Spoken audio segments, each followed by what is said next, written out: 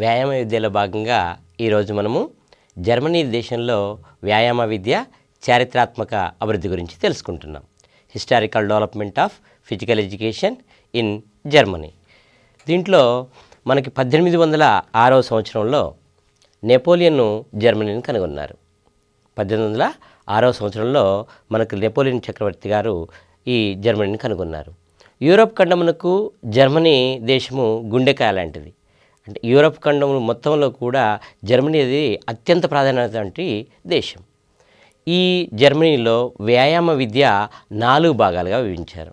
వ్యాయామ విద్య జర్మనీలో 4 భాగాలుగా విభజించారు. ఒకటి తర్వాత మిడిల్ పీరియడ్, తర్వాత నాజీ పీరియడ్, తర్వాత after second world war period. అంటే మొట్టమొదటిగా లేటర్ పీరియడ్. ఈ కాలంలో 4 వ్యక్తులు వ్యాయామ విద్యకు సేవలు అందించారు ఈ లేటర్ పీరియడ్లో. ఎవరెవరు వారు అంటే ఫస్ట్గా జాన్ బేస్డవ్ గారు. జాన్ బేస్డవ్ గారు 1713 నుంచి 1790 వరకు వీరు సేవ చేశారు. ఫెడ్రిక్ గట్స్ముత్ గారు 1759 నుంచి 1839 వరకు వ్యాయామ విద్యకు సేవ చేశారు. ఫెడ్రిక్ లూడ్వింగ్ జాన్ అనే అటువంటి వారు 1778 నుంచి 1850 వరకు చేశారు. అడాల్ఫ్ స్పెయిన్ 1810 నుంచి 1858 వరకు చేశారు. మొట్టమొదటిగా మనం దీంట్లో జాన్ బేస్డవ్ గారి గురించి తెలుసుకుందాం. 1774వ సంవత్సరంలోనే జాన్ బేస్డవ్ గారు ఫిలాంథ్రోపియం అనేటువంటి ఒక పాఠశాలను దేశాయి అనేటువంటి ఒక ప్రదేశంలో స్థాపించాడు. యూరప్ ఖండంలోనే ఈ పాఠశాల మొట్టమొదటిది. యూరప్ ఖండంలోనే ఈ పాఠశాల మొట్టమొదటిది. అయితే వీరు వ్యాయామ విద్యకు బాగా పాటుపడుతూ వ్యాయామ విద్యని అందరికీ అందించాలనేటువంటి సదుద్దేశంతో వీరు ఒక 2 పుస్తకాలను కూడా రాశారు. వీరు రాసినటువంటి పుస్తకాలు ఒకటి ఏ బుక్ ఆఫ్ మెథడ్స్, రెండోది ఏ ఎలిమెంటరీ బుక్. ఫిలాంథ్రోపియం అనేటువంటి పాఠశాలలో వ్యాయామ విద్యా కార్యకలాపాలకు చాలా ప్రాధాన్యత ఇచ్చారు. అంటే జనరల్ విద్యతో సాధారణ విద్యతో పాటుగా మనకి ప్రతి పాఠశాలలో కూడా వ్యాయామ విద్య ఉంటుంది. కానీ ప్రాథమిక విద్యకి సంబంధించి అంటే విద్యకు సంబంధించినటువంటి విషయాల్లో ఎక్కువగా వ్యాయామ విద్యా కార్యకలాపాలకి ఎక్కువ సమయాన్ని కేటాయించగలిగారు. అంటే బేస్డవ్ గారు తన పాఠశాలలో విద్యాబోధనకి 5 గంటలు కేటాయిస్తే రిక్రియేషన్ యాక్టివిటీస్కి 3 గంటలు కేటాయించారు. జనరల్గా ఏ పాఠశాలలోనైనా ఉదయం ఒక అర్ధగంట, సాయంత్రం ఒక గంట అలా టైంని కేటాయిస్తూ ఉంటారు. కానీ బేస్డవ్ గారు తన పాఠశాలలో విద్యాబోధనకి 5 గంటలు కేటాయిస్తే రిక్రియేషన్ యాక్టివిటీస్కి 3 గంటలు కేటాయించారు. ఈ పాఠశాలలో running, jumping, throwing, wrestling, gymnastics నేర్పించేవాళ్ళు. అంటే రన్నింగ్కి సంబంధించినటువంటి 100 మీటర్స్, 200 మీటర్స్, ఇలా jumping, long jump, high jump, throwings, shot put లేకపోతే జావలిన్, ఇలా రెజ్లింగ్, జిమ్నాస్టిక్స్ని నేర్పించేవారు. అంటే చిన్నపిల్లలకు షటిల్ బ్యాడ్మింటను మరియు టెన్నిసు ఇంకా అనేకమైనటువంటి గేమ్స్ని కూడా వీరు నేర్పించేవారు. బేస్డవ్ జర్మనీలో ఆధునిక వ్యాయామ విద్యా స్థాపకుడుగా పేరు పొందారు. అందుకెందుకు అంటే జర్మనీలో వ్యాయామ విద్యకు ఒక కొత్త రూపాన్ని వీరు తీసుకురాగలిగారు.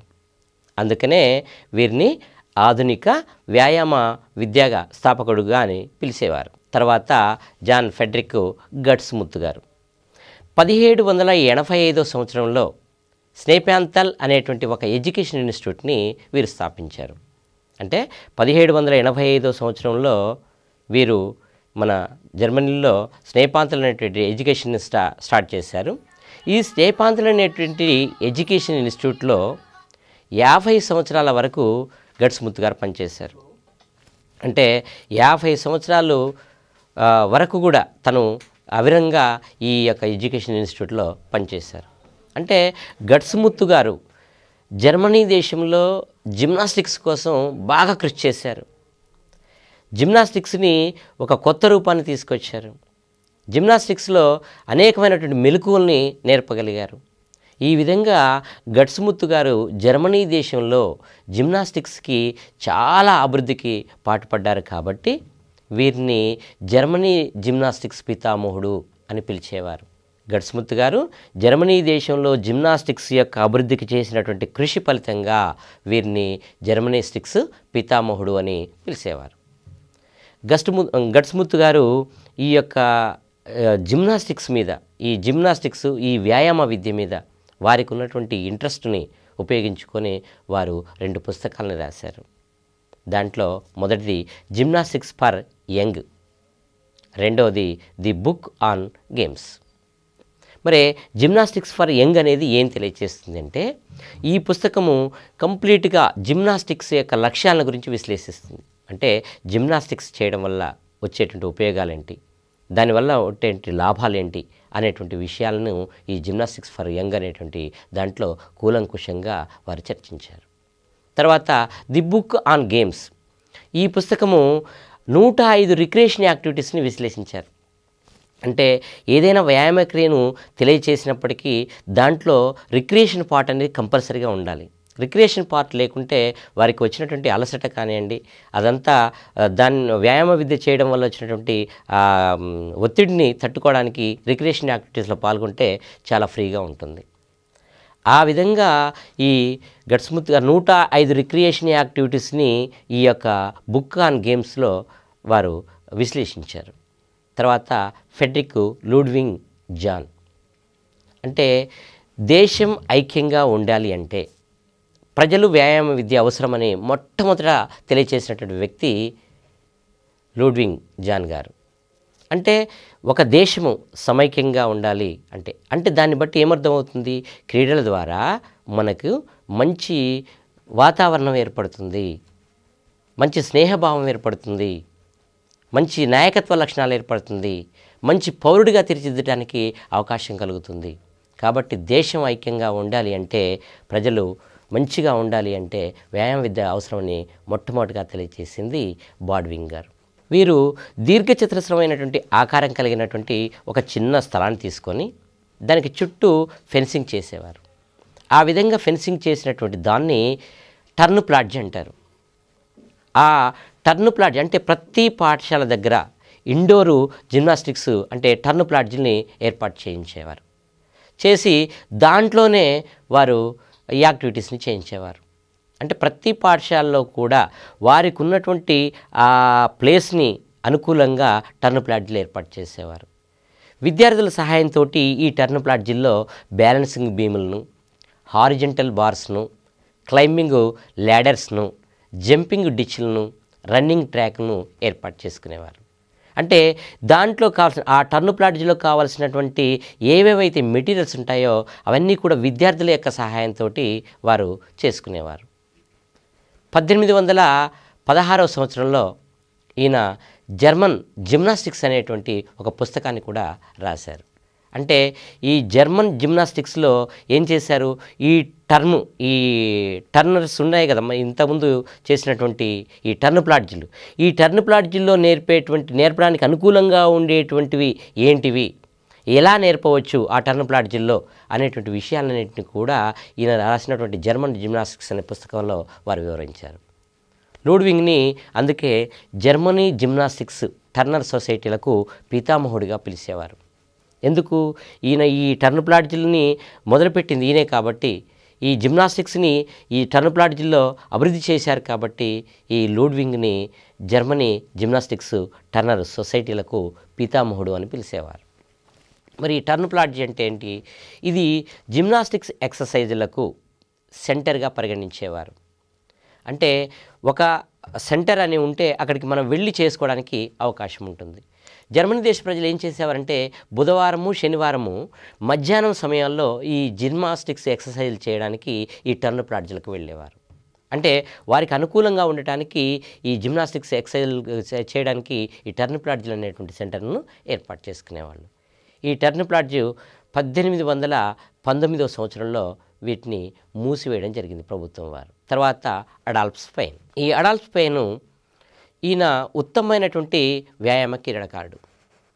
అంటే అడాల్ఫ్ స్పెయిన్ అనేవారు ఉత్తమమైనటువంటి వ్యాయామ క్రీడాకారుడు, అంటే స్వతహాగా కూడా ఆయన క్రీడాకారుడు. ఈయన స్విట్జర్లాండ్లో ఉన్నటువంటి ప్రాథమిక పాఠశాలలో పనిచేసేటప్పుడే, ఈయన జర్మనీలో కాకుండా స్విట్జర్లాండ్లో ఉన్నప్పుడు అక్కడ ఒక ప్రాథమిక పాఠశాలలో పనిచేసేటప్పుడే ఆయన 2 పుస్తకాలను రచించారు. ఒకటి సిస్టమ్ ఆఫ్ జిమ్నాస్టిక్స్, రెండవది manual of gymnastics for schools. అంటే జిమ్నాస్టిక్స్ సిస్టమ్ ఎలా ఉండాలి, ఎలా ఉంటే మనం మంచి జిమ్నాస్టిక్స్ని నేర్పడానికి అవకాశం ఉంటుంది అనేటువంటి విషయాలను మనకు మొట్టమొదటి బుక్లో సిస్టమ్ ఆఫ్ జిమ్నాస్టిక్స్లో తెలియజేశారు. తర్వాత manual of gymnastics for schools, చిన్నపిల్లలకు ప్రాథమిక పాఠశాలలో ఎలాంటి జిమ్నాస్టిక్స్ ఉండాలి, తర్వాత ప్రాథమిక ఉన్నత పాఠశాలలో ఎలాంటి జిమ్నాస్టిక్స్ ఉండాలి, తర్వాత హై స్కూల్లో మనకి ఉన్నత పాఠశాలలో ఎలాంటి జిమ్నాస్టిక్స్ ఉండాలి అనేటువంటి విషయాలను ఈ manual of gymnastics for schools book ద్వారా మనకి తెలియజేశారు. 1848 సంవత్సరం నుండి జర్మన్ పాఠశాలలో వీరు రచించినటువంటి పుస్తకాల ఆధారంగానే వ్యాయామ విద్యను బోధించారు. అంటే వీరు 1848 సంవత్సరం నుండి వీరు రాసినటువంటి ఈ 2 బుక్స్లో ఉన్నటువంటి విషయాలనే జర్మనీ పాఠశాలలో వీరు వ్యాయామ విద్యను బోధించేవారు. పాఠశాల జిమ్నాస్టిక్స్కి వీరు జర్మనీలో స్థాపించారు. అంటే పాఠశాల జిమ్నాస్టిక్స్ని వీరు జర్మనీని స్థాపించారు కాబట్టి అందుకనే వీరు పాఠశాల జిమ్నాస్టిక్స్ పితామహుడు అని పిలువబడ్డారు. అంటే జర్మనీలో పాఠశాల జిమ్నాస్టిక్స్ తయారు కావడానికి ముఖ్య కారకులు వీరు కాబట్టి వీరిని జిమ్నాస్టిక్స్ పితామహుడు అని పిలిచారు. మనకి ఈ మిడిల్ పీరియడ్లో జిమ్నాస్టిక్స్ని సాధారణ విద్యలో భాగంగా, అంటే సాధారణ విద్యలో వ్యాయామ విద్య ఒక భాగంగా గుర్తించారు. సాధారణ విద్యతో పాటుగా వ్యాయామ విద్య ఉండాలి తప్పనిసరిగా, ఇది చాలా ఇంపార్టెంటు అనేటువంటి విషయాలను మనకి వాళ్ళు గుర్తించారు. 1847 సంవత్సరంలో హ్యూగో రోథిస్టిస్ అనేటువంటి బెర్లిన్ అనేటువంటి వ్యక్తి బెర్లిన్లో హార్మీ సెంట్రల్ ఇన్స్టిట్యూట్ ఆఫ్ జిమ్నాస్టిక్స్ని స్థాపించాడు. అంటే దీన్ని అడాల్ఫ్ స్పైస్ డైరెక్టర్గా నియమించబడ్డారు. దీనికి అడాల్ఫ్ స్పైస్ అనేటువంటి వ్యక్తి డైరెక్టర్గా నియమించబడ్డాడు. అయితే ఈటీ గ్లెస్టర్ని జర్మనీలో ప్లే గ్రౌండ్ ఉద్యమానికి పితామహుడిగా పిలిచేవారు. తర్వాత వచ్చి నాజీ పీరియడ్, నాజీ కాలం. అంటే హిట్లరు వ్యాయామ విద్యలను రాజకీయ శక్తిగా వినియోగించుకున్నాడు. హిట్లరు మంచి గొప్ప నియంత. అంటే హిట్లర్ అంత గొప్ప పేరు సాధించడానికి ఆయనకు సహాయం చేసింది కూడా వ్యాయామ విద్య అని చెప్పవచ్చు. ఎందుకంటే వ్యాయామ విద్యను చాలా చక్కగా వినియోగించుకున్నటువంటి వ్యక్తి హిట్లర్ వ్యాయామ విద్యను తన రాజకీయ శక్తిగా వినియోగించుకున్నాడు. ప్రతి ఒక్కరూ వారానికి ఒకసారి ఎక్కడైనా స్పోర్ట్స్లో పాల్గొనాలని జర్మనీ దేశ యొక్క ప్రజలకు నినాదాన్ని కూడా ఇచ్చారు. అంటే ప్రతి ఒక్కరూ వారంలో ఏదైనా ఒక రోజు, ఎక్కడైనా ఒక రోజు కంపల్సరిగా మనకి జర్మనీలో వాళ్ళు స్పోర్ట్స్లో పాల్గొనాలి. ఆ విధంగా పాల్గొన్నట్లయితే వాళ్ళ యొక్క ఆరోగ్యం బాగుంటుంది. ఆరోగ్యం బాగుండి మంచి పౌరులుగా మంచి సత్సంబంధాలను ఏర్పరచుకుంటారు. ఆ విధంగా దేశం మంచిగా డెవలప్ అవుతుంది అనేటువంటి విషయాల్ని వాళ్ళు గమనించగలిగారు. 1887 నుండి 1962 సంవత్సరంలో కార్ల్ డీమ్ అనేటువంటి వ్యక్తి వ్యాయామ విద్య అభివృద్ధికి చాలా పాటుపడ్డారు. అంటే ఎందుకు జర్మనీ డెమోక్రటిక్ రిపబ్లిక్ మ్యాట్రియల్ ఒలింపిక్స్లో 3వ స్థానాన్ని పొందింది. అంటే 3వ స్థానము ఒలింపిక్స్లో 3వ స్థానం పొందడం అంటే ఎంత చక్కటి వ్యాయామ విద్య అభివృద్ధి చెంది ఉంటే ఆ దేశం ఒలింపిక్స్లో 3వ స్థానాన్ని పొందుతుంది. కాబట్టి జర్మనీ అనేది వ్యాయామ విద్యలో చాలా ముందుగా ఉంది అనేటువంటి విషయాలను మనము తెలుసుకోవచ్చు.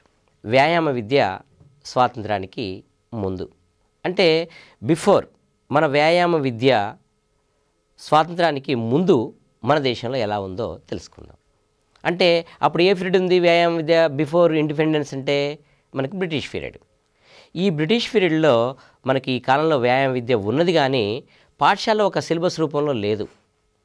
అంటే ఈ సమయంలో వ్యాయామ విద్యకు అంత ప్రాధాన్యత లేదు అనేటువంటి విషయం మనకి ఇక్కడ స్పష్టంగా అర్థమవుతుంది. అంటే ఈ కాలంలో వ్యాయామ విద్య అయితే ఉన్నది కానీ అది పాఠశాలలో ఒక సిలబస్ రూపంలో లేదు. అంటే 1882లో వ్యాయామ విద్య అభివృద్ధికి ఇండియన్ ఎడ్యుకేషనల్ కమిషన్ని స్థాపించారు. అంటే 1882లో వ్యాయామ విద్య అభివృద్ధికి ఇండియన్ ఎడ్యుకేషనల్ కమిషన్ని స్థాపించారు. 1883 సంవత్సరంలో భారత ప్రభుత్వము విద్య అభివృద్ధిపరచుటకు ఒక బాధ్యతను తీసుకుంది. అంటే ఈ వ్యాయామ విద్యను అభివృద్ధిపరచడానికి బాధ్యతను తీసుకుంది. అంటే అప్పట్లో ప్రభుత్వము వ్యాయామ విద్య మీద చిన్న చూపు చూసింది అనేటువంటి విషయము మనకు స్పష్టంగా అర్థమవుతుంది. అంటే మరి వ్యాయామ విద్యను డెవలప్ చేయాలంటే ఏం చేయాలి అంటే ప్రైవేట్ ఆర్గనైజేషన్స్, ప్రైవేట్ వాళ్ళ యొక్క సహాయ సహకారాలు తీసుకొని క్రీడలు నిర్వహించడం కానీ గేమ్స్ నిర్వహించడం కానీ చేయాలి. మరి కాబట్టి ప్రైవేట్ ఆర్గనైజేషన్ వారు ఈ జిమ్నాసియాలు, ఈ అకాడమీలు, కేంద్రీయ మండలాల ద్వారా వ్యాయామాన్ని బాగా అభివృద్ధి చెందడానికి ముందుకు వచ్చారు. ఆ విధంగా ఈ ప్రైవేట్ ఆర్గనైజేషన్ ద్వారా, ఈ జిమ్నాసియాలు, అకాడమీల ద్వారా, ఈ మండలాల ద్వారా ఈ యొక్క వ్యాయామం అభివృద్ధి చెందింది. ఎప్పుడు? స్వాతంత్రానికి ముందు. స్వాతంత్రం తర్వాత అంటే physical education in India after independence, అంటే ఇండియాలో వ్యాయామ విద్య స్వాతంత్రం తర్వాత ఎలా ఉంది, మరి దాన్ని డెవలప్ చేయడానికి మన వాళ్ళు ఎలాంటి చర్యలు తీసుకున్నారనేటువంటి విషయాల్ని ఇప్పుడు మనం తెలుసుకుందాం. అంటే 1947లో స్వాతంత్రం వచ్చిన తర్వాత వేలాది పాఠశాలలను స్థాపించి 14 సంవత్సరాల వరకు ఉండేటువంటి బాలబాలికలను ఉచిత విద్యకు బోధించడం కోసం అంటే నిర్బంధ విద్యను చేశారు. అంటే 1947వ సంవత్సరం తర్వాత ఈ స్థాపించినటువంటి పాఠశాల ఏవైతే ఉన్నాయో అంటే దాని దృష్టి అంటే మనకు స్వతంత్రం వచ్చిన తర్వాత మన విద్యని అభివృద్ధి చేయడం కోసం చేసినటువంటి మొట్టమొదటి ఒక మంచి కార్యక్రమం ఇది. అంటే బాలబాలికలందరికీ కూడా ఉచిత విద్యను బోధించాలనేటువంటి ఒక ఇది చేశారు. దాంట్లో భాగంగానే వ్యాయామ విద్యను విద్యలో ఒక భాగంగా గుర్తించారు. అంటే వ్యాయామ విద్య అనేది కంపల్సరిగా పాఠశాలలో ఉండాలి అని స్వతంత్ర తర్వాత మన భారతదేశంలో గుర్తించారు. అందుకే మొట్టమొదటిగా 1954వ సంవత్సరంలో government of India central advisory board of physical education and రిక్రియేషన్ని స్థాపించారు. అంటే ఈ మన ప్రభుత్వం, భారత ప్రభుత్వం చేత central advisory board of physical education and recreation అనేటువంటి సంస్థను స్థాపించారు. దీని ద్వారా ఏంటి? వ్యాయామ విద్యను అభివృద్ధికి కొన్ని కమిటీలు, వాటి ప్రతిపాదనలు ఈ క్రింద విధంగా చేశారు. ఎలా చేశారనే ఈ కమిటీని ఏర్పరిచి ఎలా చేశారనేటువంటి విషయాలు మనం ఇప్పుడు చూద్దాం. అంటే కమిటీలు, వాటి యొక్క ప్రతిపాదనలు. వ్యాయామ విద్యలో మొట్టమొదటిగా మనం ఇందాకనే తెలుసుకున్నాం. ఏమనుకున్నాం మనము?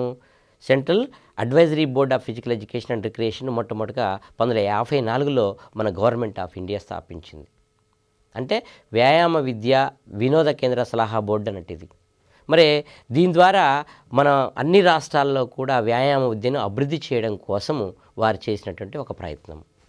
మరి దీంట్లో ఈ సెంట్రల్ అడ్వైజరీ బోర్డులో ఉండేటువంటి బోర్డు సభ్యులు ఎవరు ఉంటారో చూద్దాం. ప్రతి రాష్ట్రం నుంచి కూడా ఒకరు ఈ బోర్డుకు ప్రాతినిధ్యం వహిస్తారు. తర్వాత విద్యా మంత్రిత్వ శాఖలోని అధికారులు, విద్యా మంత్రిత్వ శాఖ ఉంటుంది కదా, అంటే విద్యాశాఖ ఉంటుంది. ఆ విద్యా మంత్రిత్వ శాఖలోని అంటే అధికారులు ఎవరైతే ఉంటారో వారు చైర్మన్గా ఉంటారు. సెక్రటరీగా కూడా వారే వ్యవహరిస్తారు. మరి సాధారణంగా ఈ బోర్డులోని సభ్యులు ఎవరుంటారు అంటే ప్రతి రాష్ట్రం నుంచి ఒకరిని ఈ బోర్డుకి ప్రాతినిధ్య సభ్యుడిగా ఉంచుతారు. మరి ఈ బోర్డులోని సభ్యులు ప్రతి 3 సంవత్సరాలకు ఒకసారి మారుస్తూ ఉంటారు. ఎందుకంటే ఎప్పుడు ఒకరే ఉంటే బోర్డు యొక్క దిశా నిర్దేశాలను కొద్దిగా కొత్త ఆలోచనలను పోకడలతోటి ముందుకు వెళ్ళడానికి. మరి దీని యొక్క ఆశయాలు ఏంటంటే ఈ బోర్డు వ్యాయామ విద్య, games, sports, recreation, youth programmes పైన ప్రభుత్వానికి చక్కటి సలహాలు ఇస్తుంది.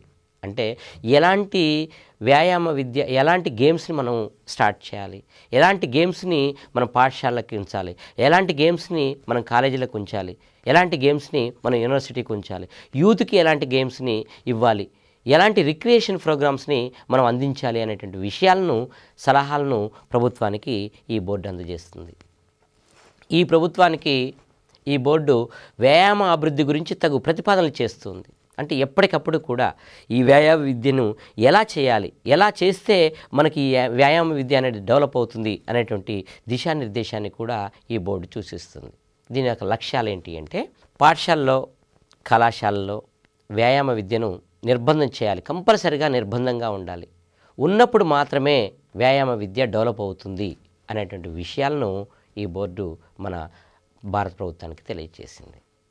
తర్వాత ప్రాథమిక పాఠశాలలో, సెకండరీ పాఠశాలలో ఫిజికల్ ఎడ్యుకేషన్ సిలబస్ను ఉండాలి అనేటువంటి విషయాలను కూడా, అంటే ఒక సిలబస్, నిర్దిష్టమైనటువంటి ఒక సిలబస్ ఉంటే ఆ సిలబస్ ప్రకారం విద్యార్థులకు తెలియచేస్తూ ఉంటే విద్యార్థులు కూడా వ్యాయామ విద్యలో మంచిగా డెవలప్ అవుతారు అనేటువంటి విషయాలను ఈ బోర్డు ప్రభుత్వానికి తెలియజేసింది. తర్వాత ఫిజికల్ ఎడ్యుకేషన్ టీచర్స్ యొక్క అర్హతలు. మరి ఈ ఫిజికల్ ఎడ్యుకేషన్ అంటే వ్యాయామ విద్యను బోధించడానికి కావలసినటువంటి ఉపాధ్యాయులకు ఎలాంటి అర్హతలు ఉండాలి, వారిని ఎలా ఎంపిక చేయాలి, వారి యొక్క ఎంపిక విధానం ఎలా ఉండాలి, అనేటువంటి విషయాలన్నింటినీ కూడా ఈ బోర్డు ప్రభుత్వానికి తెలియజేస్తుంది.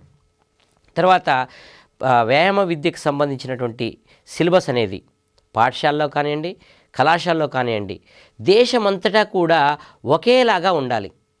ఇప్పుడు మామూలుగా మన సాధారణ విద్య ఒక రాష్ట్రంలో ఒక విధంగా, ఒక రాష్ట్రంలో ఒక విధంగా ఉంటూ ఉంటుంది. అలా కాకుండా వ్యాయామ విద్య అనేది అందరికీ సంబంధించినటువంటి విషయము. కాబట్టి దేశంలో ఎక్కడ ఉన్నటువంటి వ్యాయామ విద్య అనేది పాఠశాలలు కానివ్వండి, ఇటు కళాశాలలు కానివ్వండి, సిలబస్ అంతా కూడా ఒకే విధంగా ఉండాలని ప్రతిపాదించింది. మరి బోర్డు సేవలు ఎలా ఉంటాయనే విషయాల్ని ఇప్పుడు మనం తెలుసుకుందాం. 250 మంది విద్యార్థులకు ఒక పీఈటీ ఉండాలి అని ప్రతిపాదించింది. ఇప్పటి వరకు కూడా అదే ప్రతిపాదనను పాఠశాలలో అమలు చేస్తున్నారు.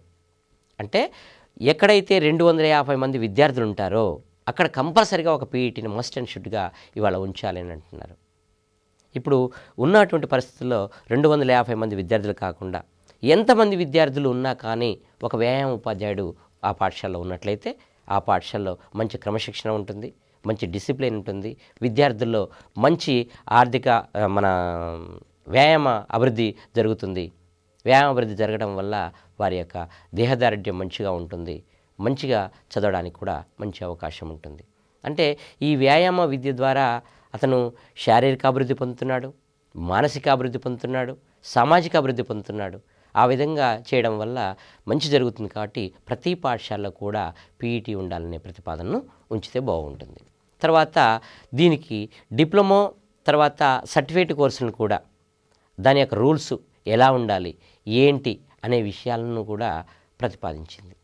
తర్వాత ఈ బోర్డు ప్రతిపాదనతోటే ఎంపీఈడి నిర్వహించాలని, అంటే మాస్టర్ ఆఫ్ ఫిజికల్ ఎడ్యుకేషన్ నిర్వహించాలని, సెమినార్స్ నిర్వహించాలని, తర్వాత ఫిజికల్ ఎడ్యుకేషన్ కళాశాలలకు కావలసినటువంటి వనరులను సమకూర్చాలని. దానికి ఏం వనరులు ఉంటాయి? ఆర్థిక వనరులు కంపల్సరీగా చాలా అవసరం ఉంటాయి. ఏ కోర్టు కొట్టాలన్నా దానికి ప్లేస్ కావాలి, దాన్ని సాఫ్ చేయాలి, దానికి కావాల్సిన మెటీరియల్ కావాలి. ఇవన్నిటి కూడా ఆర్థికమైనటువంటి సంబంధించినటువంటి విషయాలు. మరి ఫిజికల్ ఎడ్యుకేషన్ కళాశాలకు ఆర్థిక సంబంధమైనటువంటి సహాయం చేయాలనేటువంటి విషయాలను కూడా ఈ బోర్డు ప్రతిపాదించింది. ఫిజికల్ ఎడ్యుకేషన్పై ఈ బోర్డు యొక్క సిలబస్సు మరియు పుస్తకాలను రాసి వ్యాయామ విద్యకు ప్రాధాన్యత కలిగించింది. అంటే ఫిజికల్ ఎడ్యుకేషన్కి ఎలాంటి సిలబస్ ఉండాలి, పాఠశాలకు ఎలాంటి సిలబస్ ఉండాలి, కళాశాలకు ఎలాంటి సిలబస్ ఉండాలి, యూనివర్సిటీలకు ఎలాంటి సిలబస్ ఉండాలి, యూత్కి ఎలాంటి సిలబస్ ఉండాలి అనేటువంటి వాటి మీద పుస్తకాలను రాసింది, వాటి సిలబస్ని తయారు చేసింది. ఆ విధంగా మనకి ఈ బోర్డు చేస్తుంది. ఈ బోర్డు ప్రతిపాదనతోటే మొట్టమొదటిగా గ్వాలియర్లో, అంటే మధ్యప్రదేశ్ రాష్ట్రంలోని గ్వాలియర్లో 1957వ సంవత్సరంలో లక్ష్మీబాయి ఫిజికల్ ఎడ్యుకేషన్ కళాశాలను స్థాపించారు. ఈ లక్ష్మీబాయి ఫిజికల్ ఎడ్యుకేషన్ కాలేజ్ అనేది మొట్టమొదటిగా స్థాపించినటువంటి కళాశాల అని మనకి తెలుస్తుంది. అంటే దీంట్లో 3 సంవత్సరాల BPE course, physical education course 3 సంవత్సరాల కోర్సు, అంటే డిగ్రీ సంబంధించి. తర్వాత ఎంఏలో ఫిజికల్ ఎడ్యుకేషన్ సబ్జెక్టుగా ఉండే విధంగా ఈ కళాశాలను కేంద్ర ప్రభుత్వం ఆధీనంలో ఉంచుకుంది. అంటే కేంద్ర ప్రభుత్వం ఆధీనంలో ఈ కళాశాలను ఉంచి ఈ కళాశాల ద్వారా ఎంపీఈ కోర్సులు, ఎంఏ ఫిజికల్ ఎడ్యుకేషన్ కోర్సులు నిర్వహించారు. 1966, 1967 నేషనల్ ఫిట్నెస్ కోర్స్ ప్రోగ్రామును కొద్దిగా మార్పులు చేసి దేశమంతటా అమలు కావాలని చెప్పేసి ప్రతిపాదించారు. అంటే ఆ నేషనల్ ఫిట్నెస్ కోర్స్ మెయిన్గా ఈ వ్యాయామ విద్య అభివృద్ధి చెందాలి అంటే ఫిట్నెస్ బాగా ఉండాలి. ఫిట్నెస్ కోర్సులు అనేవి వెరీ ఇంపార్టెంట్. ఏ గేమ్కి మనం ఒక విద్యార్థిని మనం తయారు చేయాలన్నా అతనికి ఆ గేమ్కి సంబంధించినటువంటి ఫిట్నెస్ ఎక్సర్సైజ్ని మనము ఇవ్వాలి. ఆ విధంగా చేసుకుంటూ పోవడానికి ఈ నేషనల్ ఫిట్నెస్ కోర్సు యొక్క ప్రోగ్రాంను కొద్దిగా మార్పులు చేర్పులు చేసి దేశమంతటా అమలు చేయాలని ప్రతిపాదించింది. మరి ఈ బోర్డుని ఆపివేసి కేంద్రంలో మినిస్టర్ ఆఫ్ స్పోర్ట్స్ను ప్రత్యేక విభాగంగా స్థాపించడం జరిగింది. బొంబాయి కమిటీ. ఈ కమిటీ 1945-46 సంవత్సరాల్లో స్థాపించబడింది. ఈ కమిటీ ఫిజికల్ ఎడ్యుకేషన్ టీచర్స్, అంటే వ్యాయామ ఉపాధ్యాయుడి యొక్క అర్హతలను గురించి ప్రతిపాదించింది. అంటే వ్యాయామ ఉపాధ్యాయుడు ఏ అర్హతలు కలిగి ఉండాలి అనేది చూద్దాం. అర్హతలను చూద్దాం మనం. ఫస్ట్ అర్హతల్లో క్లాస్ రూమ్లో వ్యాయామ ఉపాధ్యాయుడు ఇంగ్లీషు, మ్యాథ్స్, అనాటమీ, ఫిజియాలజీ ఏదైనా ఒకదాన్ని వ్యాయామ ఉపాధ్యాయుడు బోధించుకు అర్హత కలిగి ఉండాలంటున్నాడు. అంటే కంపల్సరీగా వ్యాయామ ఉపాధ్యాయుడు అనేవాడు ఇంగ్లీష్ని తెలిసి ఉండాలి, మ్యాథ్స్ని తెలుసుకొని ఉండాలి, ఎనాటమీని తెలుసుకొని ఉండాలి, ఇటు ఫిజియాలజీని తెలుసుకొని ఉండాలి. తెలుసుకొని ఉన్నట్లయితే విద్యార్థులకు బోధించడానికి అతను చక్కగా ఉపయోగపడతాడు. ఆ విధమైన అర్హత కలిగి ఉండాలనేటువంటి విషయాల్ని తెలియజేసింది. పాఠశాలలో నిర్వహించేటువంటి మెడికల్ పరీక్షలు ఎవరు నిర్వహిస్తారు? డాక్టర్ నిర్వహిస్తారు. ప్రతి పాఠశాలలో 15 రోజులకు ఒకసారి లేదా నెల రోజులకు ఒకసారి మెడికల్ చెకప్స్ ఉంటుంటాయి. అంటే ఆ చెకప్స్కి డాక్టర్ వచ్చేటువంటి ఏ డాక్టర్ అయితే వస్తున్నారో ఆయనకు వీరు సహాయ సహకారంగా ఉండి వారికి సహాయాన్ని అందించే విధంగా వీరు ఉండాలి. ఎందుకు అంటే మనకు ప్రతి సమయంలో మనకు డాక్టర్ అందుబాటులో ఉండకపోవచ్చు. మనం ఒక గేమ్ను ఆడిస్తున్నాము, ఆ టైంలో డాక్టర్ అక్కడ అందుబాటులో ఉండడు. వారు ఎప్పుడో 15 రోజులకో 20 రోజులకో వస్తారు.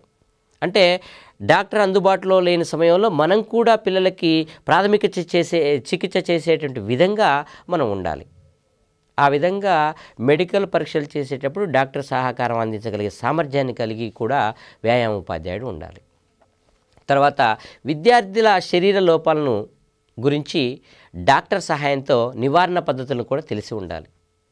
ఏదైనా ఒక జబ్బు చేసింది, ఏదైనా ఒక అనారోగ్యానికి గురి అయ్యారు, ఆ అనారోగ్యానికి గురి అయితే దానికి ఎలాంటి ట్రీట్మెంట్ తీసుకోవాలి అనేటువంటి విషయాలను డాక్టర్ ద్వారా తెలుసుకొని వీరు పిల్లలకు అందించగలిగేటువంటి ఇది కూడా సామర్థ్యం కూడా ఉండాలి. ప్రస్తుతము ఎస్సీఆర్టీ మరియు యూజీసీ వారు ఫిజికల్ ఎడ్యుకేషన్ టీచర్స్కు అర్హతలను ఈ విధంగా, అంటే ప్రాథమిక పాఠశాలలో ఏ విధంగా ఉండాలి, ఉన్నత పాఠశాలలో ఏ విధంగా ఉండాలి, ఉన్నత పాఠశాలలో ఏ విధంగా ఉండాలి, కాలేజీల్లో ఏ విధంగా ఉండాలి, యూనివర్సిటీలో ఏ విధంగా ఉండాలి అనేటువంటి విషయాలను మనకు తెలియచేసింది. ఎవరు?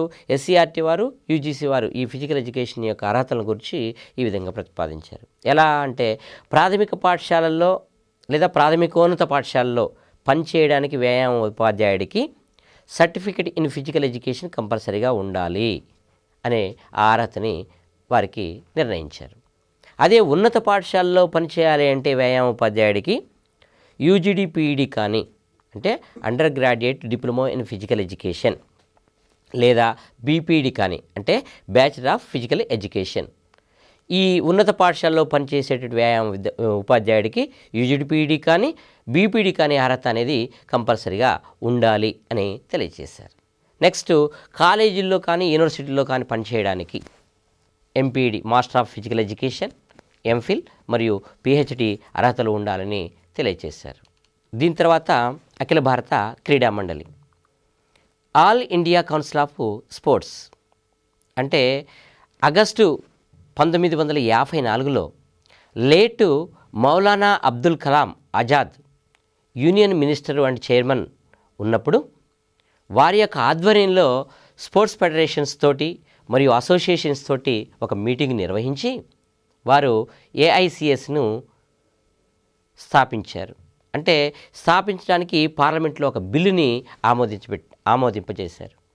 అంటే all Indian council of sports, ఇది ఎవరి యొక్క కృషి వల్ల జరిగింది అంటే మౌలానా అబ్దుల్ కలాం ఆజాద్ గారి యొక్క కృషి వల్ల జరిగింది. దీనిలో మొట్టమొదటిగా 25 మంది సభ్యుల్ని గవర్నమెంట్ ఆఫ్ ఇండియానే, అంటే భారత ప్రభుత్వమే నియమించింది. ఈ కౌన్సిల్కి మొదటి చైర్మన్గా జీకేఎం కరియప్ప గారు నియమించబడ్డారు. అంటే ఈ కౌన్సిల్కి జీకేఎం కరియప్ప గారి ఆధ్వర్యంలో ఈ కమిటీ మొదలైంది. అంటే ఈ కౌన్సిల్ అనేది 1983లో మూసివేయబడింది. ఈ కౌన్సిల్లోకి చివరి చైర్మన్గా శ్రీ విద్యాచరణ్ శుక్లా గారు వ్యవహరించారు. మనకి మొట్టమొదటి చైర్మన్గా జీకేఎం కరియప్ప గారు ఉంటే చివరికి ఎవరున్నారు? శ్రీ విద్యాచరణ్ గారు ఉన్నారు. అంటే ఈ కమిటీ యొక్క ఒడిదుడుకులు కానివ్వండి, లేదా చేసేటువంటి పనితనం కానివ్వండి, దీని యొక్క అవసరాన్ని కానివ్వండి గుర్తించి ఇది అవసరమా లేదా అనేటువంటి విషయాలను చూసుకొని 1883లో దీన్ని మూసివేశారు. మరలా దీన్ని 2002వ సంవత్సరంలో all India council of sports professor Vijay Kumar Malhotra చైర్మన్గా దీన్ని మళ్ళా పునరుద్ధరించారు. అంటే మరలా కొన్ని సంవత్సరాల తర్వాత 83 తర్వాత ఉండేటువంటి ఈ సమయము, అంటే దాదాపు 19 సంవత్సరాల సమయంలో అరే కంపల్సరీగా all Indian council of sports ఉండాలి, ఇది ఉంటే దీని యొక్క ఉపయోగాలు బాగా ఉన్నాయి అనేటువంటి విషయాలను మళ్ళీ గుర్తించి ప్రొఫెసర్ విజయ్ కుమార్ మల్హోత్రా గారి చైర్మన్ గారి యొక్క ఆధ్వర్యంలో మళ్ళీ దీన్ని పునరుద్ధరించారు. ఈ కమిటీలో 15 మందిని గవర్నమెంట్ ఆఫ్ ఇండియానే మరలా నియమించింది. మొట్టమొదటిగా 25 మంది సభ్యులను నియమించింది, ఇప్పుడు 15 మంది సభ్యుల్ని నియమించింది. మరి దీని యొక్క ఆశయాలు ఏంటి అంటే, కేంద్ర ప్రభుత్వానికి, ఫెడరేషన్లకు, అసోసియేషన్లకు మధ్య సమన్వయకర్తగా వ్యవహరించటకు సహాయపడే దీని యొక్క లక్ష్యం. అంటే కేంద్ర ప్రభుత్వానికి, ఇటు ఫెడరేషన్స్కి, అంటే గేమ్స్ గురించి వీటి గురించి ఏర్పడేటువంటి అసోసియేషన్స్, ఫెడరేషన్స్కు వీటి మధ్యలో సమన్వయకర్తగా ఉండి ఈ క్రీడలు మంచిగా జరగడానికి, ఈ వ్యాయామ విద్య బాగా డెవలప్ కావడానికి ఇది చక్కటి సమన్వయకర్తగా వ్యవహరించడమే దీని యొక్క ప్రధాన లక్ష్యం. దేశమంతా కూడా స్పోర్ట్స్లో ప్రమాణాలు పంపించడానికి ఇది సహాయపడుతుంది.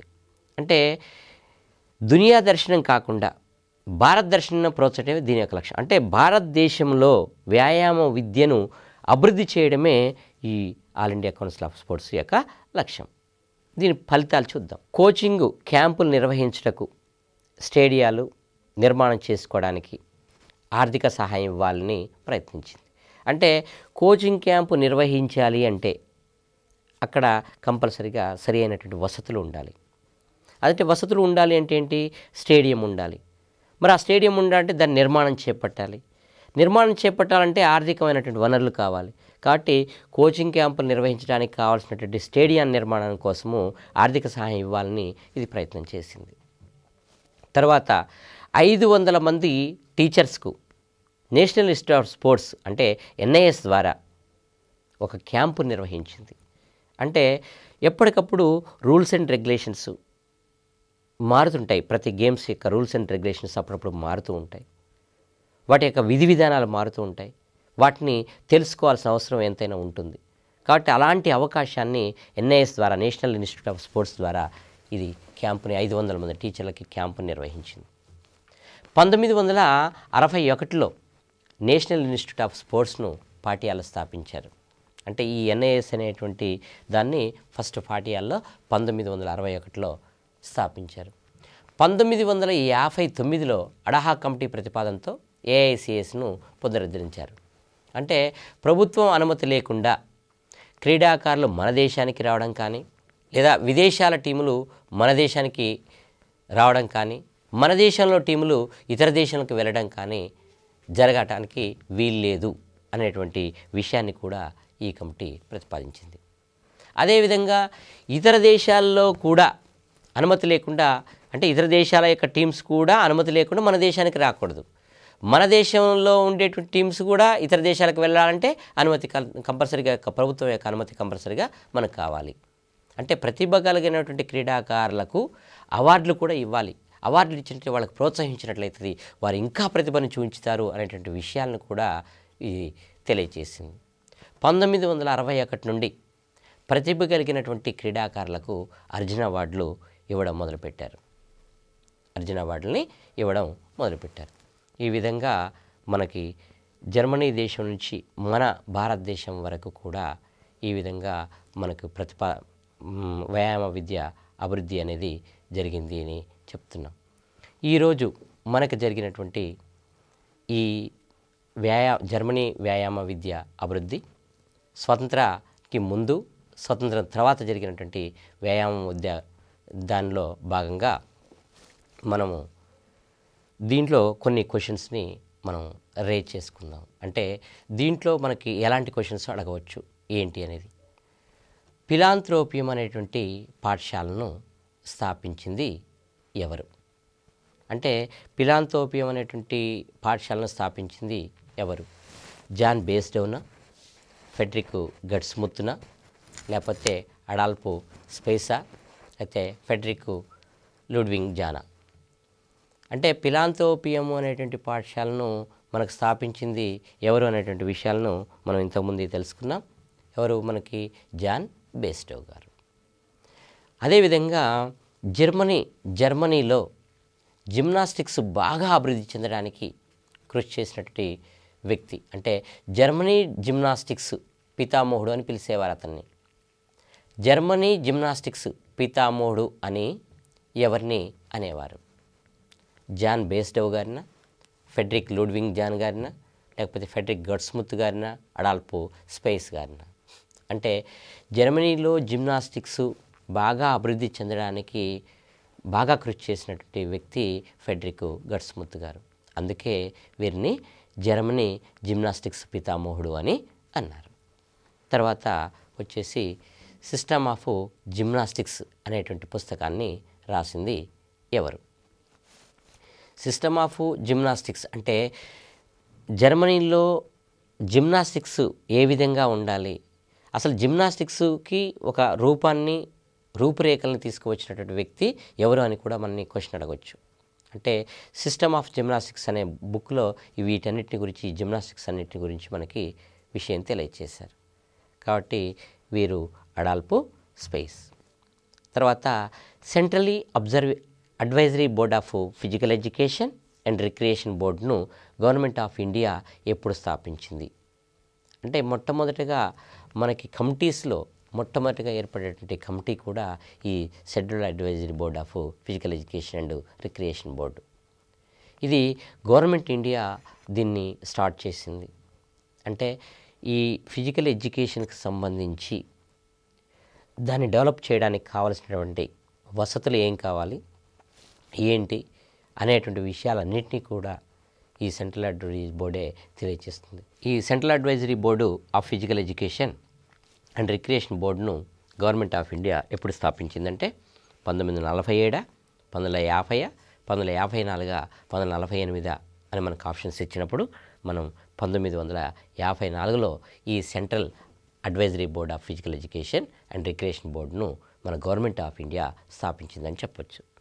తర్వాత లక్ష్మీబాయి ఫిజికల్ ఎడ్యుకేషన్ కళాశాలను ఏ సంవత్సరంలో స్థాపించారు? లక్ష్మీబాయి ఫిజికల్ ఎడ్యుకేషన్ కళాశాలను స్థాపించి దీంట్లో 3 సంవత్సరాల బీపీఈ కోర్సును, ఎంఏ ఫిజికల్ ఎడ్యుకేషన్ను దాన్ని స్థాపించి ఈ కళాశాల కూడా భారత ప్రభుత్వం ఆధీనంలోనే ఉంది.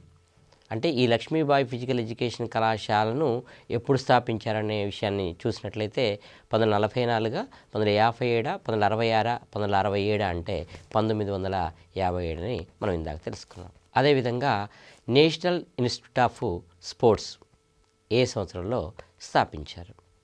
అంటే నేషనల్ ఇన్స్టిట్యూట్ ఆఫ్ స్పోర్ట్స్ మనకి ఏ సంవత్సరంలో స్థాపించారు? ఎన్ఐఎస్ అంటారు దీన్ని, మనం షార్ట్ ఫామ్లో ఎన్ఐఎస్ అంటారు. మరి ఏ సంవత్సరంలో స్థాపించారు అంటే 1959, 1960, 1961, 1962 అంటే 1961 అని చెప్పవచ్చు. తర్వాత ఏ బుక్ ఆఫ్ మెథడ్స్ అనే పుస్తకాన్ని రాసింది ఎవరు? ఏ బుక్ ఆఫ్ మెథడ్స్ అనేటువంటి పుస్తకాన్ని రాసింది ఎవరు? ఏ బుక్ ఆఫ్ మెథడ్స్ అనేటువంటి పుస్తకాన్ని రాసింది అంటే ఏ బుక్ ఆఫ్ మెథడ్స్ అంటే వ్యాయామ విద్యకు సంబంధించినటువంటి మెథడ్స్ ఏముంటాయి, ఏంటి అనేటువంటి విషయాలను కూడా రాసినటువంటి వ్యక్తి మనకి జాన్ బేస్డవ్ గారు. తర్వాత ది బుక్ ఆన్ గేమ్స్ అనే పుస్తకాన్ని రచించింది ఎవరు? ది బుక్ ఆన్ గేమ్స్ అంటే గేమ్స్కు సంబంధించి విషయాలను చక్కగా మనకి అన్ని విషయాలను కూడా తెలియచేసినటువంటి వ్యక్తి మనకి ఫెడ్రిక్ గట్స్ముత్ గారు. అంటే జర్మనీలో మనకి గట్స్ముత్ గారు చేసినటువంటి కృషి మామూలు కృషి కాదు. వ్యాయామ విద్యకి సంబంధించి గట్స్ముత్ గారు చేసినటువంటి కృషి చాలా అభినందనీయం. తర్వాత జర్మనీ ప్లేగ్రౌండ్ ఉద్యమానికి పితామహుడిగా ఎవరిని పిలిచేవారు? అంటే జర్మనీ ప్లేగ్రౌండ్ ఉద్యమానికి పితామహుడిగా ఎవరిని పిలిచేవారంటే కార్ల్ డీమా, ఈటీ గ్లెస్టర్, అడాల్ఫ్ స్పేస్, గట్స్ముత్ అన్నప్పుడు ఈటీ గ్లెస్టర్ చెప్పవచ్చు. వ్యాయామ విద్య జర్మనీ దేశంలో ఎన్ని భాగాలుగా విభజించారు అంటే వ్యాయామ విద్య జర్మనీ దేశంలో మనకి 2 భాగాలుగా విభజించారా, 3 భాగాలుగా విభజించారా, 4 భాగాలుగా విభజించారా, 5 భాగాలుగా విభజించారంటే జర్మనీలో ఈ వ్యాయామ విద్యను 4 భాగాలుగా విభజించారు.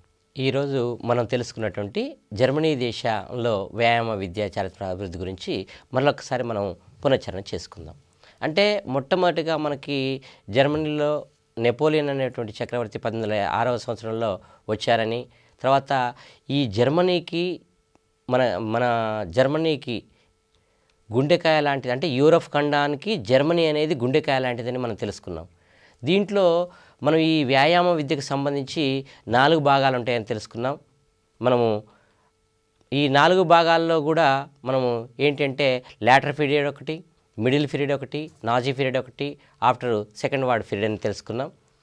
దీంట్లో ముఖ్యంగా ఈ లేటర్ పీరియడ్లో ఉన్నటువంటి వ్యాయామ విద్యకు సంబంధించి 4 ముఖ్యమైన వ్యక్తులు ఉన్నారని తెలుసుకున్నాం.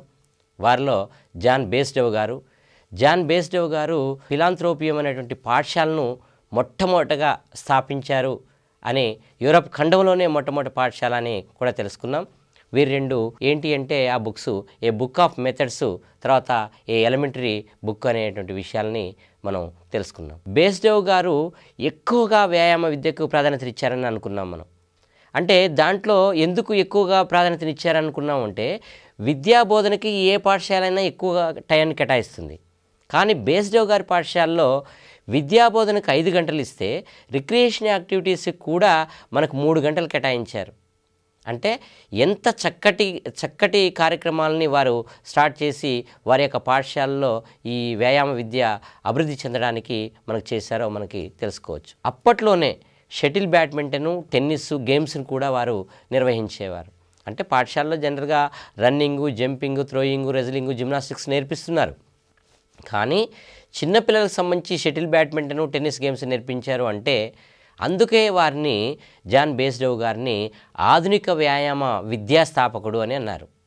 తర్వాత గట్స్ముత్ గారి గురించి చూసినట్లయితే వీరు 1785 సంవత్సరంలో స్నేపాంతల్ అనేటువంటి ఎడ్యుకేషన్ని స్థాపించి దాంట్లో అంటే గట్స్ముత్ గారు జర్మనీ దేశంలో జిమ్నాస్టిక్స్కి విపరీతమైనటువంటి కృషి చేశారు. అందుకే వీరిని జర్మనీ జిమ్నాస్టిక్ పితామహుడు అని కూడా పిలిచారు. అంటే గట్స్ముత్ గారు జిమ్నాస్టిక్స్కి విపరీతమైనటువంటి కృషిని, అంటే ఆ జర్మనీ దేశంలో జిమ్నాస్టిక్స్ డెవలప్ చెందడానికి బాగా కృషి చేశారు కాబట్టి వారిని జిమ్నాస్టిక్స్ పితామహుడు అన్నారు. మరి వీరు జిమ్నాస్టిక్స్ మీద ఒక 2 బుక్స్ని కూడా రాశారు. ఒకటి జిమ్నాస్టిక్స్ ఫర్ యంగ్, తర్వాత ది బుక్ ఆన్ గేమ్స్. అంటే జిమ్నాస్టిక్స్ ఏ విధమైనటువంటి యాక్టివిటీస్ ఉండాలి, పాఠశాలకు ఏ విధంగా ఉండాలి, ప్రాథమిక పాఠశాలకు ఏ విధంగా ఉండాలి, కళాశాలకు ఏ విధంగా ఉండాలి అనేటువంటి విషయాలను క్షుణ్ణంగా వాటిలో మనకి తెలియజేశారు. తర్వాత రెండో దాంట్లో మనకి ది బుక్ ఆన్ గేమ్స్లో మనకి రిక్రియేషన్ యాక్టివిటీస్ని చేశారు. అంటే ఆటలు ఆడినప్పుడు వచ్చేటువంటి అలసటను తొలగించడం కోసము రిక్రియేషన్ యాక్టివిటీస్ అనేది చాలా అవసరం మనకి. అంటే ఈ రిక్రియేషన్ యాక్టివిటీస్ అనేది మనకి చాలా అవసరం కాబట్టి ఈయన 105 రిక్రియేషన్ యాక్టివిటీస్ని దీంట్లో విశ్లేషించారు. తర్వాత ఇంకొక గొప్ప వ్యక్తి ఎవరంటే ఫ్రెడరిక్ లూడ్విగ్. అసలు జర్మనీ దేశం అనేది ఐక్యంగా ఉండాలి అంటే ప్రజలకు వ్యాయామ విద్య అవసరం అనేటువంటి విషయాన్ని మొట్టమొదటిగా తెలియజేసింది కూడా ఫ్రెడరిక్ లూడ్విగ్ జాన్ గారే. అంటే వీరి యొక్క కృషితోటి దేశంలో ఒక మంచి వాతావరణం ఏర్పడుతుందనేటువంటి విషయాన్ని తెలుసుకున్నారు. వీరు ఏం చేశారంటే వీరు చాలా చక్కటి దీర్ఘ చతురస్రంకల అనేటువంటి ఒక చిన్న స్థలాన్ని తీసుకొని దానికి చుట్టూ ఫెన్సింగ్ చేసి దాన్ని టర్న్ ఫ్లాడ్జిల్ అని పిలిచారు. అంటే ఈ టర్న్ ఫ్లాడ్జిలు మనకు దేనికి ఉపయోగపడుతున్నాయి అంటే ఇండోరు జిమ్నాస్టిక్స్ ఏవైతే ఉంటాయో వాటిని ఈ టర్న్ ఫ్లాడ్జిలో చేసుకుంటారు.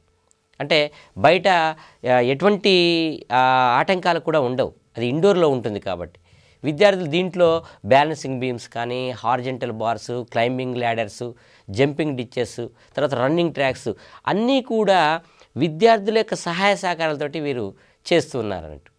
అంటే 1816 సంవత్సరంలో ఈయన జర్మన్ జిమ్నాస్టిక్స్ అనేటువంటి పుస్తకాన్ని కూడా రాశారు. వీరిని అందుకే జర్మనీ జిమ్నాస్టిక్స్ టర్నర్ సొసైటీలకు పితామహుడు అని అన్నారు వీరిని. తర్వాత ఈ టర్న్ ఫ్లాడ్జిలు ఏంటి అంటే ఈ టర్న్ ఫ్లాడ్జిలు జిమ్నాస్టిక్స్ ఎక్సర్సైజ్లకు సెంటర్గా పరిగణించేవారు. అంటే ఎక్సర్సైజ్ చేసుకోవడానికి, ఒక క్రీడలు చేసుకోవడానికి, యాక్టివిటీస్ చేసుకోవడానికి దీన్ని ఒక టర్న్గా అంటే ఒక సెంటర్గా భావించేవారు. జర్మనీ దేశం ప్రజలు ప్రతి బుధవారము తర్వాత శనివారం మధ్యాహ్నం రోజుల్లో ఈ జిమ్నాస్టిక్స్ ఎక్సర్సైజులు ఈ టర్న్ ఫ్లాడ్జిల్లో చేసేవారు అన్నట్టు. ఈ టర్న్ ఫ్లాడ్జిలు 1919 సంవత్సరంలో ప్రభుత్వం, అక్కడ ఉన్నటువంటి ప్రభుత్వం మూసివేసింది. తర్వాత వచ్చిన వారు అడాల్ఫ్ స్పైస్. ఈయన స్వతహాగా క్రీడాకారుడు, ఉత్తమమైనటువంటి వ్యాయామ క్రీడాకారుడు. అయితే ఈయన కూడా ఈ యొక్క వ్యాయామ విద్య కోసము 2 రకాలైన పుస్తకాలను రాశారు. System of gymnastics, manual of gymnastics for schools. అంటే పాఠశాలలో ఎలాంటి జిమ్నాస్టిక్స్ని మనం బోధించాలి పాఠశాల విద్యార్థులకు అనేటువంటి విషయాలను. మరి వీరు రచించినటువంటి పుస్తకాల ఆధారంగానే జర్మనీలో ఉన్నటువంటి అన్ని పాఠశాలల్లో కూడా 1848వ సంవత్సరం నుంచి వ్యాయామ విద్యను బోధిస్తున్నారు. అంటే వీరు ఎంత చక్కటి పుస్తకాలను రాశారో పాఠశాలకు సంబంధించినటువంటి విషయాలు మనం దీన్ని బట్టే తెలుసుకోవచ్చు. కాబట్టి వీరిని పాఠశాల జిమ్నాస్టిక్స్ పితామహుడు అని అన్నారు. పాఠశాలలో జిమ్నాస్టిక్స్కి అభివృద్ధికి చాలా కృషి చేశారు కాబట్టి వీరిని పాఠశాల జిమ్నాస్టిక్స్ పితామహుడు అన్నారు. మరి దీంట్లో మనకి మిడిల్ పీరియడ్కి వచ్చినట్లయితే మిడిల్ పీరియడ్లో 1847 సంవత్సరంలో యుగో రోతిస్టిసన్ అనేవాడు Berlin armoury central institute of జిమ్నాస్టిక్స్ని స్థాపిస్తే దీనికి అడాల్ఫ్ స్పైస్ అనే వ్యక్తి డైరెక్టర్గా ఉన్నారు. ఈ అడాల్ఫ్ స్పైస్ గారే వారు ఈ బుక్స్ని రాశారు. మనకి ఈటీ గ్లస్టర్ అనేటువంటి వాడిని ప్లే గ్రౌండ్ ఉద్యమానికి పితామహుడిగా పిలిచేవారు. అంటే ప్లే గ్రౌండ్ ఏ విధంగా ఉండాలి, ఎలా ఉండాలి, దాని యొక్క విషయాలన్నింటినీ కూడా చాలా కూలంకుషంగా తెలియచేశారు. కాబట్టి గ్లస్టర్ గారిని జర్మనీలో ప్లే గ్రౌండ్ ఉద్యమానికి పితామహుడిగా పిలిచేవారు. తర్వాత నాజీ పీరియడ్లో బాగా వ్యాయామ విద్యను చక్కగా ఉపయోగించుకున్నటువంటి వారిలో హిట్లర్ చాలా గొప్పవారు. హిట్లర్ గొప్ప రాజు. హిట్లరు ఒక పెద్ద నియంత అని కూడా మనకు తెలుసు. కాబట్టి ఈ ప్రతి వారంలో ఒక్కసారైనా కానీ మనకి స్పోర్ట్స్లో పాల్గొనాలని దేశ ప్రజలకు వారి నినాదాన్ని కూడా ఇచ్చారు. అయితే జర్మనీ దేశము డెమోక్రటిక్ రిపబ్లిక్ మాంట్రియల్ ఒలింపిక్స్లో 3వ స్థానాన్ని పొందింది అంటే జర్మనీలో ఎంత చక్కటి వ్యాయామ విద్య ఉందో మనం అర్థం చేసుకోవచ్చు. మన కాడికి వచ్చేసరికి వ్యాయామ విద్య స్వాతంత్రానికి ముందు ఎలా ఉంది అంటే అసలు స్వాతంత్రానికి ముందు వ్యాయామ విద్య అనేది పాఠశాలలో లేదు, సిలబస్ రూపంలో లేదని అనుకున్నాం మనం. అంటే ఈ కాలం వ్యాయామ విద్య ఉంది కానీ సిలబస్ రూపంలో మనకు లేదు. అంటే దీనికోసమని ఇండియన్ ఎడ్యుకేషన్ కమిషన్ ఒకటి స్థాపించారు 1882లో. తర్వాత 1983వ సంవత్సరంలో భారత ప్రభుత్వం విద్యాభివృద్ధి పరచుటకు ఒక ఆర్గనైజేషన్ ఉంది. అంటే ఆర్గనైజేషన్స్ ద్వారా, జిమ్నాసియమ్స్ ద్వారా, అకాడమీల ద్వారా మాత్రమే వ్యాయామ విద్య అభివృద్ధి చెందనే విషయం మనకి తెలుస్తుంది. మరి ఇండియాలో స్వాతంత్రం వచ్చిన తర్వాత ఏం జరిగింది అంటే 1947 తర్వాత మొట్టమొదటిగా జరిగినటువంటి విషయం ఏంటంటే 14 సంవత్సరాల విద్యార్థులందరికీ కూడా ఉచిత విద్యను, నిర్బంధ విద్యను బోధించాలి.